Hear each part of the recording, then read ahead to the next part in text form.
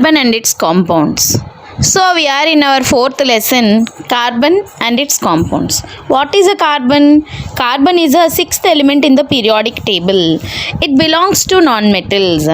It is derived from the word carbo, which means coal. This is because carbon is the main constituent of coal. The amount of carbon present in Earth's crust and atmosphere is very small. For example, Earth's crust contains only 0.02% of carbon in the form of minerals like carbonates, coal and petroleum. The other is present in the atmosphere as carbon dioxide as 0.03%. All the living things, plants and animals are made up of carbon based compounds which are called organic compounds. So always we can see a large number of things which we use in our daily life are made up of carbon compounds. For example, our food materials like grains, pulses, sugar, tea, coffee, fruits, vegetables are carbon compounds. Also, the fuels like wood, coal, kerosene, LPG, natural gas, CNG, all are petrol and diesel which we use for vehicles, and also we use cooking food, LPG and running vehicles also as these carbon compounds. Paper, rubber and plastics, leather, drugs and dyes are also made up of carbon compounds.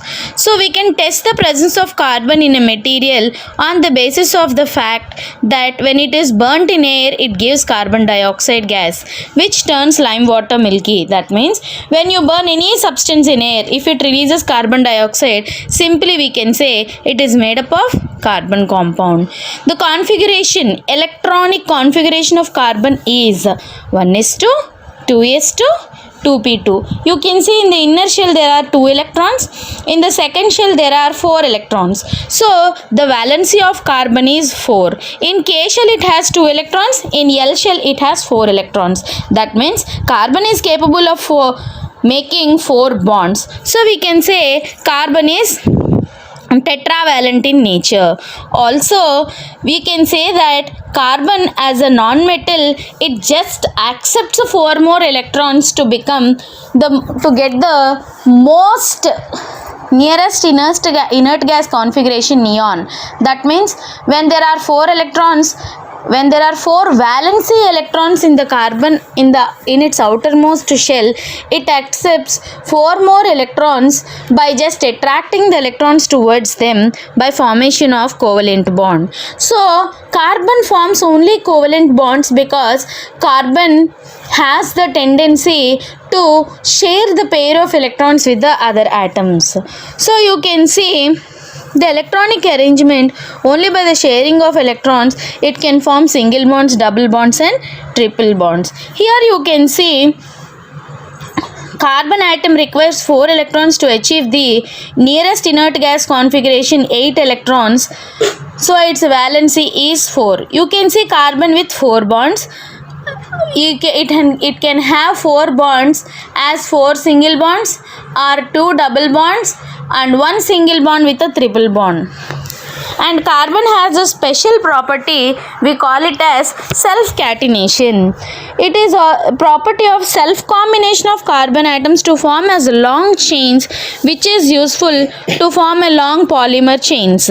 So therefore it can form organic compounds.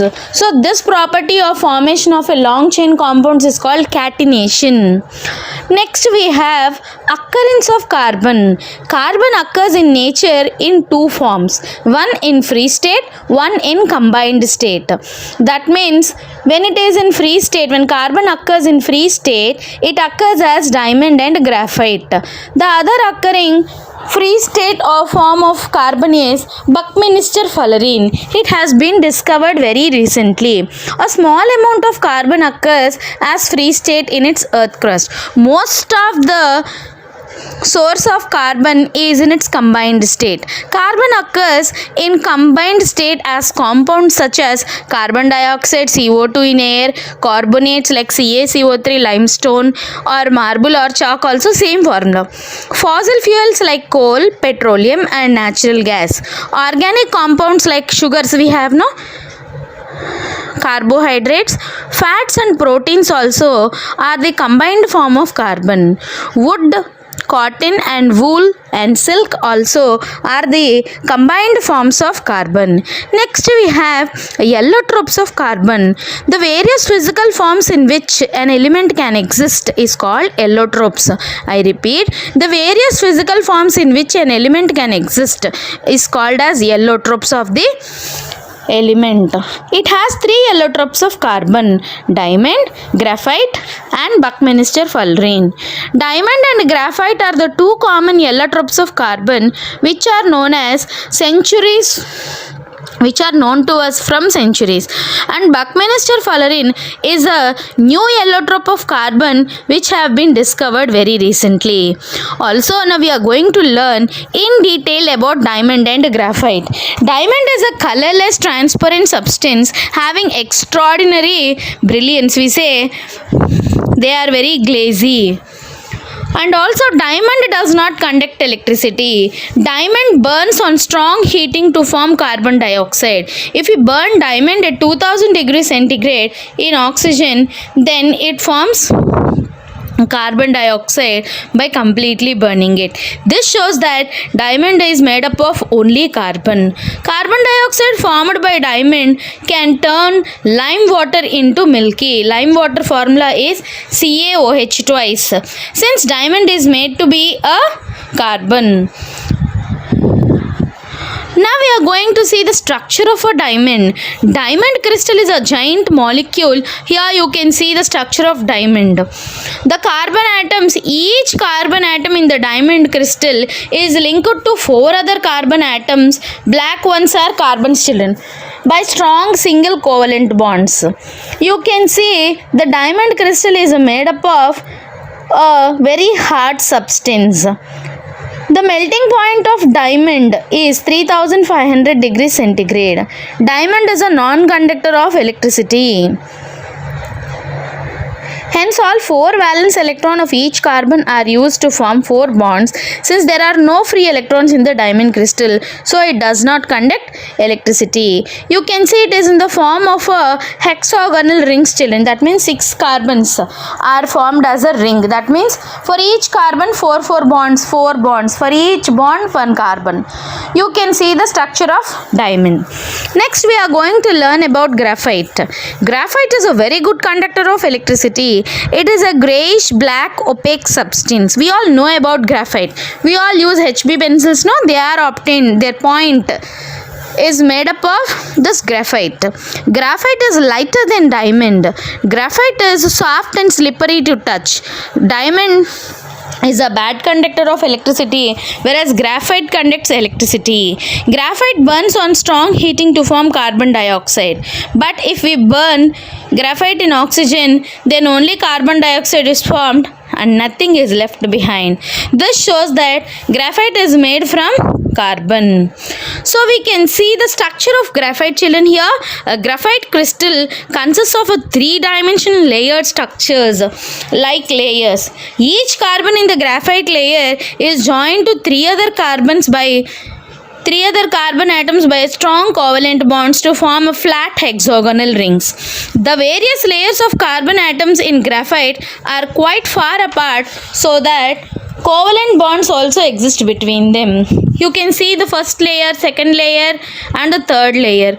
Like you can see the various layers of carbon atoms in the graphite are held together by weak van der Waals force of attraction. Due to the sheet-like structure, graphite is comparatively soft. That means you can break the pencil with your hand. Our pencil leads are also made up of graphite. It is the softness of the graphite which makes it very useful in a daily life as a dry lubricant for machine parts. Graphite is a good conductor of electricity. In a graphite crystal, each carbon atom is joined to 3 other carbon atoms by covalent bonds. The 4th valence electron of each carbon is free to move. Due to the presence of free electrons in a graphite crystal, it conducts electricity. Now we will see the uses of diamond and graphite, children. The uses of diamonds are used in cutting instruments like glass cutters, saw for cutting marbles, rock drilling equipments. Diamonds are used for making jewelry, as we all know. Sharp-edged diamonds are used by eye surgeons as a tool to remove cataract from eyes with a greater precision. Diamonds can be made artificially by subjecting pure carbon to very high pressure and temperature. The diamonds which are not suitable for making jewelry are used in glass cutters, diamond studded saws and drilling bits.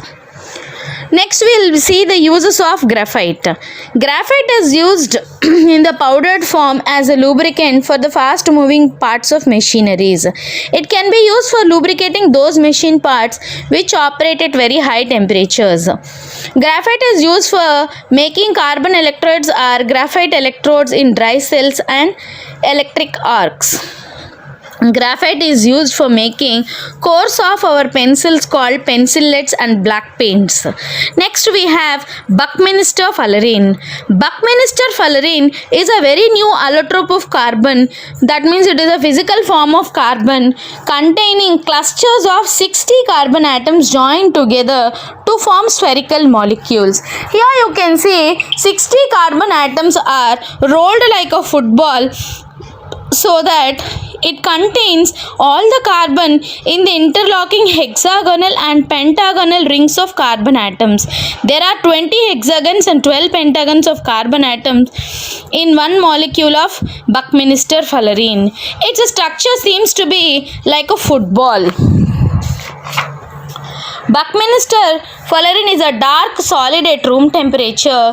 It has a giant molecules which consists of 60 carbon atoms. If we burn Buckminster fullerene in oxygen, then only carbon dioxide is formed and nothing is left behind.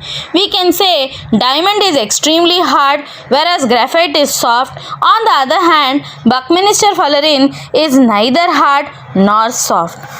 Till now we have seen the sources of carbon atoms, its allotropes.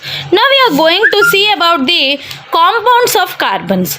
You can see in the compounds of carbons have only carbon atoms joined to hydrogen atoms. So these compounds are called as organic compounds. The compounds of carbon are known as organic compounds.